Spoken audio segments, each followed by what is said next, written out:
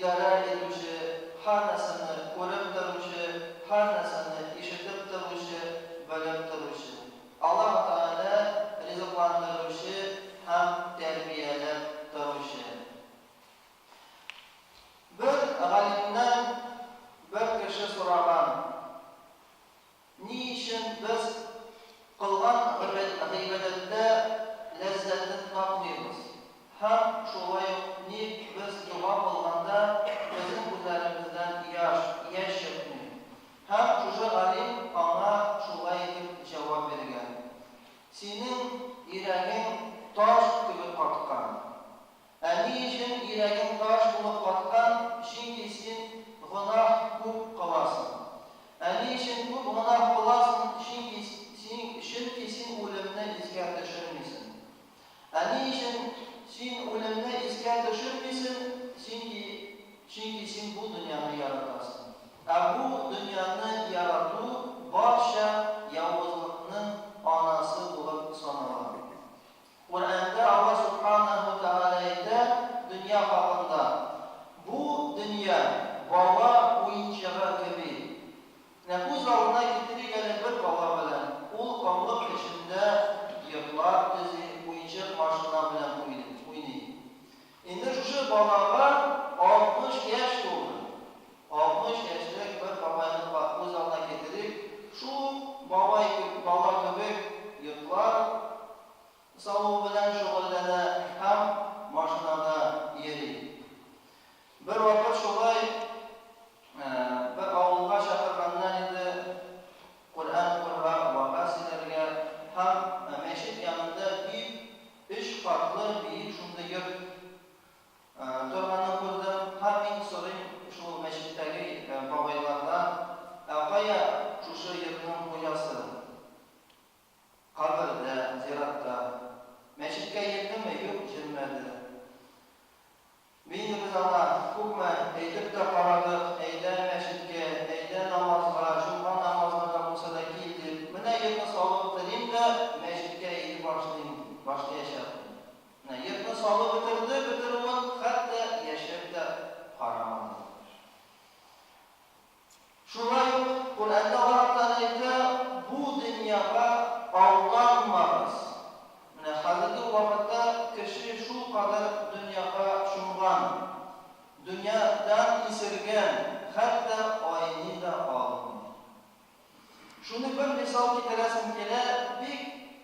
Yosh yigit, bik motor, shiba, zifa bo'yli, nishga belli qiz bilan tanishib, ana bir qadar o'xshata, yarata, ham endi shu haqda aytisini bildirar.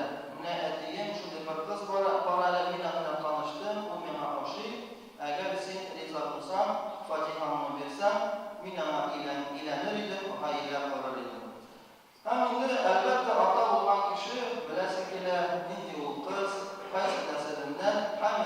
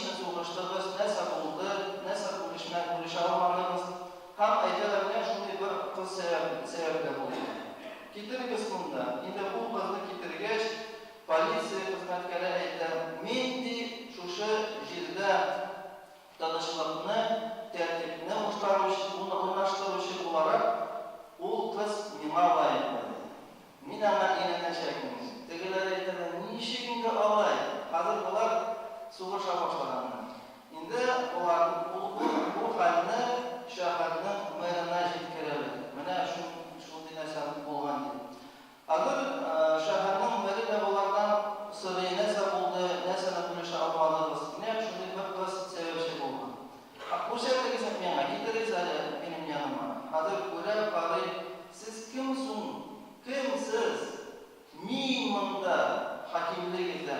Ул кыз миңа гына лаеклы. Һәм инде кыз буларны тыңлый әйтә. Әйдәгез, шулай эшлик, хөрмәтле шушы шәһәрнең мэре, полиция хезмәткәре, һәм инде абый һәм җегет. Кем мине куып җитә, шуңа мин булырмын. Хәзер булар сөенделәр, шатландылар. Менә куа башладылар һәм дүртесе дә бергә зур тирән чокырга төшеп китәләр. Һәм инде алар төшкән вакытта шушы кыз алар артыннан әйтә: "Нәрсә, тоттыгызмы? Дөреслектә мин дөньямын." Менә шушы дөнья. Мөхтәрәм җәмәгать, шуның өчен Айса алейхиссалам әйткән, бу дөнья күпер кебек. Нинди акыллы булган кеше күпер өстеннән йөр салсын. Күпернең максаты нәрсәдә? Нидер булса да чакырны, яки елганы үтеп китү, шулай бит инде.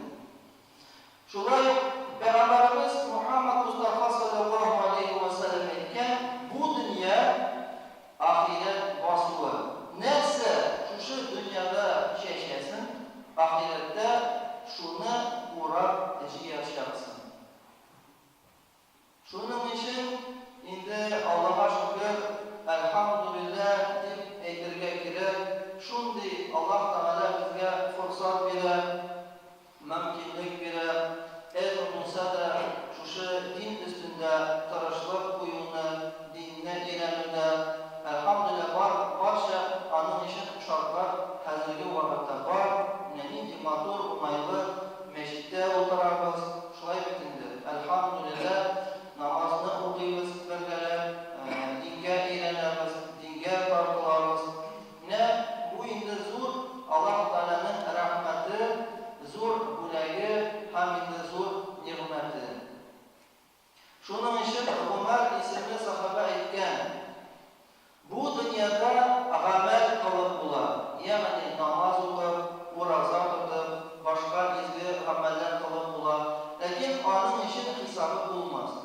Ә инде ахиреткә күчкәч, анда инде кеше гамәл кыла алмый, ләкин анда хисап башланачак, хисап булачак. Хәзерге вакытта күп кеше таркалыша, бәхәсләшә, менә тел хакында, яңа ел үткәрү, 8 март, 23 февраль хакында үткәргәме, ул дөресме, юкмы? Мөхтәрәм җәмәгать, кеше вафат булгач, кабергә озатылгач, ике фәрештә килеп, бездән 3 сорау гына алачак. Беренчесе ул да булса, синең Раббың кем? Икенчесе, синең динең нинди дин? Өченчесе, синең пәйгамбәрең кем? Менә шушы булган сорауларга без инде алдан ук әзерләнергә тиешлебез. Чөнки кабердә булганда кеше тел белән дә, акыл белән дә җавап кайтармас, илләмәгәр йөрәге белән җавап кайтарыр. Шуның өчен Куръанда Аллаһ Тәгалә әйтә, дөреслектә сезнең туплаган малларыгыз һәм балаларыгыз сезгә ярдәм итмәсләр, илләмәгәр таза булган йөрәкләрегез генә сезгә ярдәм итәр. Шуның өчен мөхтәрәм җәмәгать, ике хак бар.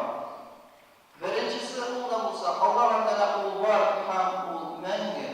Икенчесе Куръанда әйтелгәнчә, кул